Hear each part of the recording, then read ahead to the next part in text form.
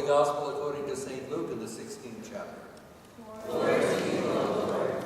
Jesus said, "There was a rich man who was dressed in purple and fine linen, who feasted sumptuously every day.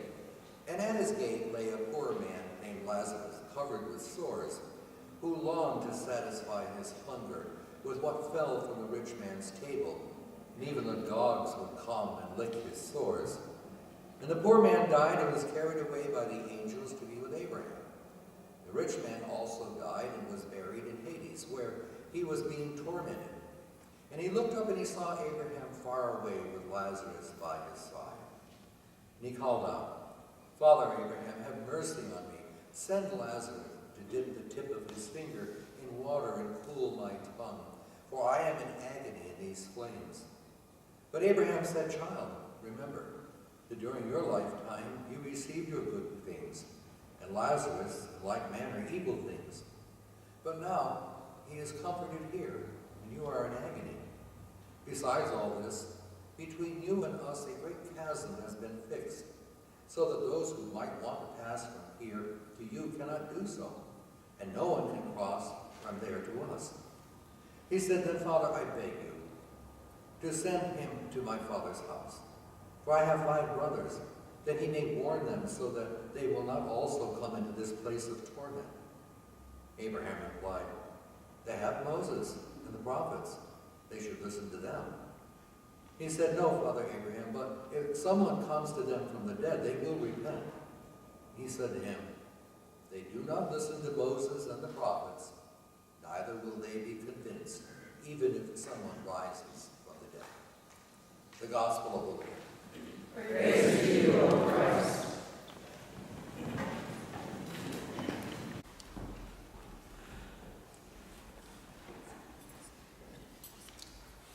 Well, how do you like this one? Kind of tough? Yes, it is tough. There's a very great difficulty here because, as we said, in the previous 2 Gospels, everything was set here and now, within our own mortality. But in this one, Jesus raises the ante, so to speak, and he says it's not only kind of like this here and now, but it also has a sense of eternity about what we do and how we treat each other. And as we talked about last week, the disparity between rich and poor is massive. It's very, very big during Jesus' time. And as we look at that historical artifact of what he brings out this morning, we can see that there is really trouble brewing in what humanity can be up to when it really gets very rich. And it's interesting to see that that never stops. I've been reading, or I want to recommend to you, in case you're interested in English history, this book called The Tudors. And it starts off with Henry VII up to Henry VIII, and you all know about Henry VIII, right? He had a big fight with the Pope because he wanted to divorce his wife. The Pope wouldn't do it, so Henry VIII says, "Oh goody, goodbye Rome." And at that point, he takes over the whole church. And when he does so, he absconds with all the religious lands, the monasteries, the convents, all of those things, and he takes all of that property, which is worth an awful lot of money, and he disperses it out among his friends who support him. And in so doing, what he did is he stripped England of its greatest source of support for the poor. And as a result, when Elizabeth becomes queen, there is abject poverty all over England. And nobody seems to care, to the point where the poor become an embarrassment, to the point where they are called the vagabonds of the land. And in this book, it's noted that there are laws taken out against the poor. The poor laws is what they're called. And hereafter, the chief objection was to prevent these idlers from roaming wherever they wanted. They could beg, but only within a certain circumference of their town, lest London be overrun, and they walk right up to Parliament and embarrass everybody. And so the introduction of these new measures, so it reads here, had less to do with Henry VIII's quarrel with Rome than with the economic problems of the 1520s, which had driven streams of children out of their homes onto the road, and they were in search of food and work because most were at the point of starvation. And soon thereafter, however, the expropriation of the resources of the church destroyed the one traditional refuge for the English poor, and poverty became a significant policy issue. that's striking about the new laws that followed is the contempt for the poor that they reflect. And this was something new in English life, an inclination to treat poverty as an offense, deserving punishment because they're poor, and that came to dominate English thinking. And minimum wage laws were put into place in which you, if you hired any of these people, were forbidden to pay them more, even if you thought they deserved more. And if you did that, you could be arrested for paying them more than what the law said you could. And as far as begging is concerned, if you went out of your territory, you were arrested and you were put in cuffs. And if you did it a second time, you were beaten. If you were done doing that the third time, you were put to death because you were poor. How many of you watched in the past few years on PBS Downton Abbey? Downton Abbey. Oh, wonderful program in which the turn of the 20th century shows the disparity between the people who are the servants downstairs and the aristocracy that is upstairs, and it's led by the grande dame, played, let's see, who was it? Maggie Smith. And she played it marvelously, and in one scene, her granddaughter, who kind of has a little sympathy for some of these people who are down below the servants, says to Granny, well, I was talking with so-and-so, who was her particular servant, and she is in dire straits. And the grande dame says, I don't want to hear about her troubles. And the granddaughter says, well, certainly, Granny. They are as human as we are, and they need to talk. And the grandmother says, well, of course they do, as long as it's on their free time. And only then. Throughout the service this morning, you have said a psalm that talks about God's favoritism toward the poor. And we always talk about those things. And in the gospel this morning, there's an interesting word that I find fixates on me. He says to the rich man down in Hades, he says, there is a great chasm. A chasm has been fixed, and it can't be crossed now. It could have been before, but it can't now. It just can't be done. You need to understand this. And then what is so interesting is that when these things are said, the rich man says to Abraham, send Lazarus down to put water on my tongue when I'm in agony. And isn't it interesting? Even in eternity, he can't stop thinking of Lazarus as his servant. Send him down here. You see how fixed things are once that happens? Nothing, that's that great chasm that says, it's too late.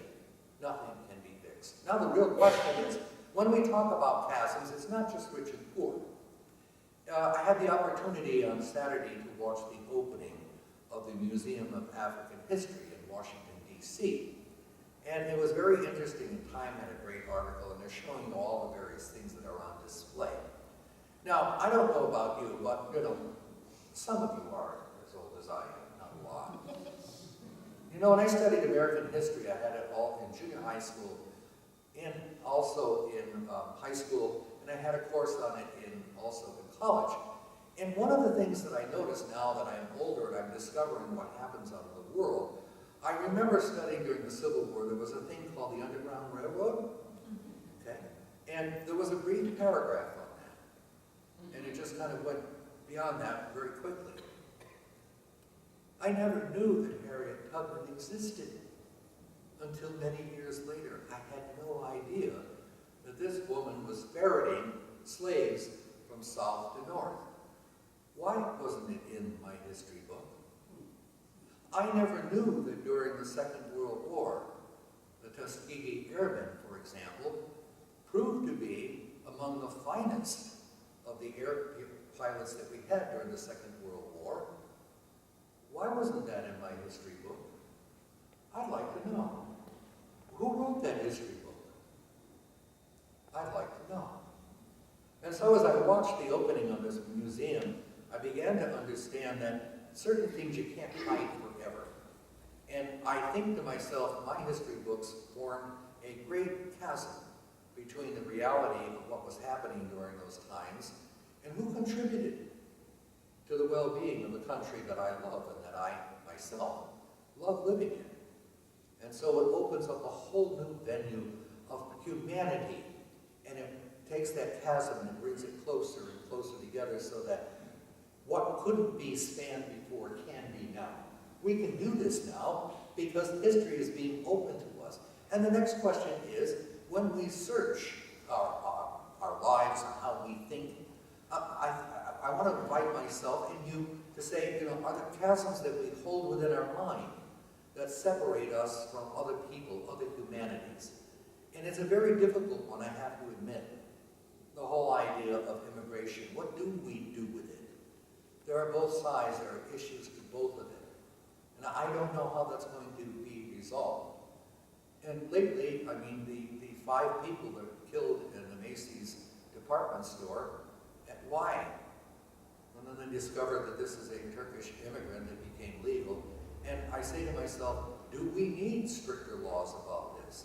Or do we become so fearful that we just clamp down and stop everything? I don't know.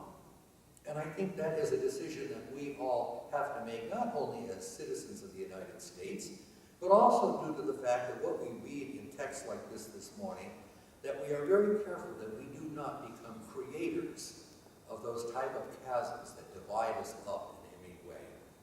Because, I can fully remember when I was doing some research on the influx of Irish into Boston and reading the Boston papers for want ads for people to come and work for them, and at the bottom it always said no Irish need apply.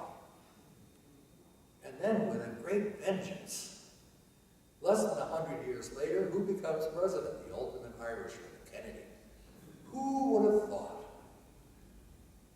What chasms were closed? Now, in a moment we're going to sing a very beautiful Hispanic song. And it sounds Hispanic. We even have a tambourine to help us out this morning. And if you look in your bulletin, it's called Take My Life That I May Be. It's a really marvelous song with a tremendous rhythm to it. It has 4 verses. And if you would take a look, especially at the 4th verse, I think it forms a finale to what we're talking about out of the gospel and out of what happens in our own lives when we create chasms or when we are determined to be those people that close them up. And so it reads, take my will and make it thine. It shall be no longer mine. Take my heart, it is thine own. It shall be thy royal throne. Sounds wonderful, isn't it? Take my will and make it thine. It shall be no longer mine. It's very good, it's very beautiful, it even sounds very holy. It's not easy to do. And it takes a lot of practice so that we are not the people that create the divisions in lives between other people, but that somehow we are dedicated to the possibility that we are capable of saying words, of doing deeds that mend those type of things. And then the gospel that we read this morning, which can be kind of terrifying if you're not careful. We understand ourselves not as those people you see who are asking people to become our servants, but rather that we become the servants of other people, because that is what we are called to do in our baptism, yes. And it is what God Christ makes known to us even today. So let's take bread this morning, let's drink wine. Let's take the body and the blood of Christ, the promises that come with that, which include forgiveness and goodness and all of those wonderful things, and walk out that door saying, I am the one who God has honored. God's work is my hands. I will create unity where there is division. May God grant us the grace to do these things as we sing, take my will, make it thine, it shall be no longer mine. Now take my heart, it is thine own. It shall be thy royal